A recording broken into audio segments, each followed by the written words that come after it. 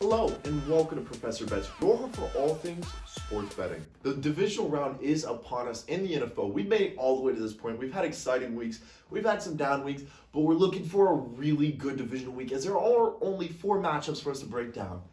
This allows us to dig a little bit into the small things rather than just focusing on the big things because there's so much to look at. Now, you'll see the AFC is a little bit more distinguishable where the NFC gets really close. All of those are talented, Super Bowl worthy teams. They're going to have to fight each other off to even get a chance to get to Super Bowl 56.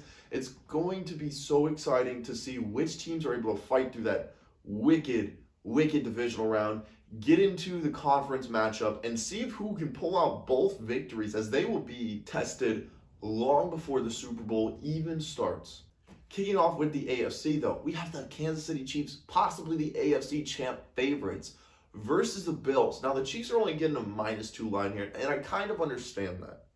The Bills have been super hot as of late and look to be kind of getting on a roll after a big win against Belichick and the Patriots, somebody who could have definitely caused a problem to Josh Allen and the Bills, especially on offense. Rather than trouble, though, what we saw is Josh Allen and that offense take the next step in their development and looked wonderful while doing it. With that being said, this is yet another huge step for the Bills, as all season long they knew it would come down to this matchup as long as they got themselves right.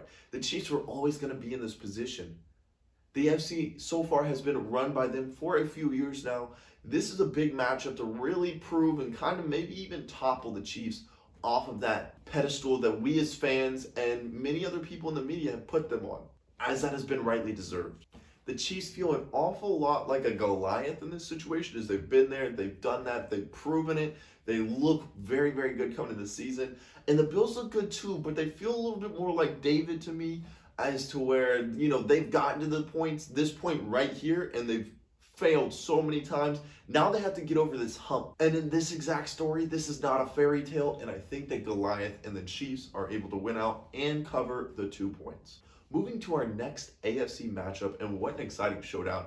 Even if the Bengals don't feel like a Super Bowl worthy team to you this year, they're so exciting to watch. Then you have the Titans and possibly the reveal of Derrick Henry. Currently, the Titans are favored over the Bengals by 3.5 points. That's a number I really like for the Titans, as I will be backing them this week. It is still currently unsure on whether the Titans plan to remove Derrick Henry from IR and get them in his starting lineup. That would be such a big deal and such a big momentum shift for the Titans that they get their number 1 player, their best player on their team, undoubtedly, back on the field for such a big moment in a divisional game. There's only 3 games left, so they don't have a lot of time to baby Derrick Henry, but there is a lot of room for Derrick Henry to run this week against a Bengals team that has been sort of susceptible to the run game. Couple this with Derrick's return, keeping Joe Burrow and that awesome offense off the field. I do believe the Titans have multiple paths to victory in this matchup. Moving into our NFC matchups, as there's so much to look at here. Like I said, it gets so much closer. The lines are maybe just as small or even larger than the AFC side, but no one's shocked about the 4 teams that are here, and I don't think anybody can really predict with great accuracy who's coming out of the NFC. Our first intriguing matchup is the 49ers versus the Packers. The 49ers are currently underdogs by 5.5 points, but I like the 49ers plus the points here. As we've all already seen, if you watched the 49ers and Cowboys game last weekend, that running offense is such a problem for so many teams, especially like the Cowboys, and I would say especially like the Packers. The Packers have shown an ability to get dirty, to be strong, to defend against the run this year, but this is without a doubt a real test for the Packers coming off their bye week. I worry about those number 1 seeds and the bye weeks because we've seen those teams come out flat, especially in the first half of these big games. Playing catch up in the second half is not where you want to be as the favorite in any matchup. With that being said, I feel very good that the 49ers can get a kickstart in that first half, get a little bit of a lead. Now, you got to worry about Aaron Rodgers and that wonderful offense, Devontae Adams, that connection that they have, getting going in that second half and really putting it to the 49ers. But if the 49ers can clean up some of the second half issues they had against the Cowboys and continue dominating defense like they did in the first half of that Cowboys game, we likely could be looking at a major upset this week in Lambeau for our last matchup. And I believe the closest of any of the 4 games that we have talked about, the Los Angeles Rams versus the Tampa Bay Buccaneers. Now, I will be going the Rams plus 3 points, but I'm looking forward to that line maybe even creeping to 3.5 points. That's where you really want to get a lock on this game.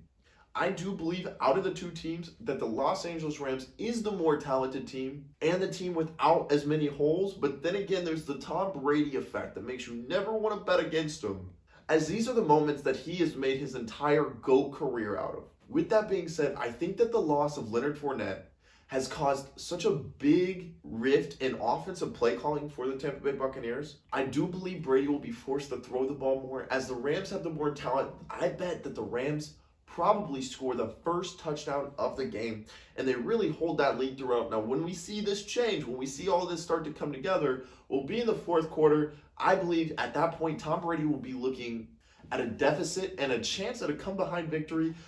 He will close the distance, whether it gets done or not. That's not really my concern in the betting world. I do believe 3 points is enough. Like I said, if that line moves to 3.5 points for the Buccaneers, I'm going to take the Rams side of that. That just feels so good to me. Coupling the loss of Leonard Fournette with the fact that the defense hasn't really gotten going as they got going last year. People will say they have, but I don't see the same things. They're good. They're not where they were last year. Thank you so much for watching Professor Bets. I hope you enjoyed this matchup as we had time to look a little bit deeper into each 4 of these. And I really like each of the lines I took, whether they be underdogs or the favorites. If you enjoy betting NBA or NCAA, check out our picks on my YouTube page. You must subscribe to make sure you get each one of them, as they're only put out 24 hours before Monday, Wednesday, and Friday. But they include 3 NBA or NCAA picks in only the span of 15 seconds. So I'm not taking a whole lot of your time, and you're getting 3 of my best bets. Take care. You guys have a great rest of your day. Thank you so much once again for watching.